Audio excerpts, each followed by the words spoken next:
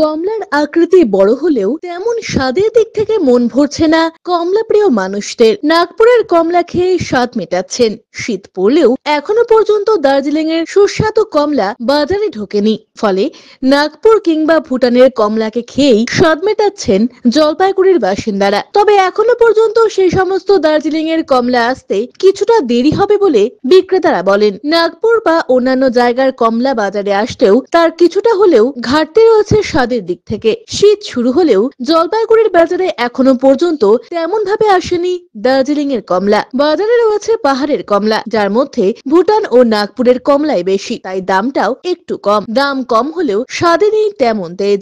এক একটি কমলা বাজারে বিক্রি হচ্ছে 10 থেকে 12 টাকা। চেহারা বা সাইজ অনেকটাই বড় হলেও খেতে তেমন ভাবে স্বাদ পাওয়া যাচ্ছে না বলছেন বিক্রেতারা। কমলা লেবু নিলাম। কেমন দাম নিচ্ছে? দাম 10 পিসে 100 টাকা। খেতে কেমন এখন? এখন তো কমলা এখন তো শীতের টাইম, কমলা লেবু ভালোই লাগবে খেতে। কম বলতে এখন ওই সাইজ হিসাবে দাম কমই, 10 টাকা পিস। দার্জিলিং এর কমলা কবে আসার ইয়ে আছে? দার্জিলিং ঢুকবে এর মধ্যে। এখন কিসের কমলা বিক্রি করছেন আপনারা? নাগপুরের, ভুটানের আশেপাশে।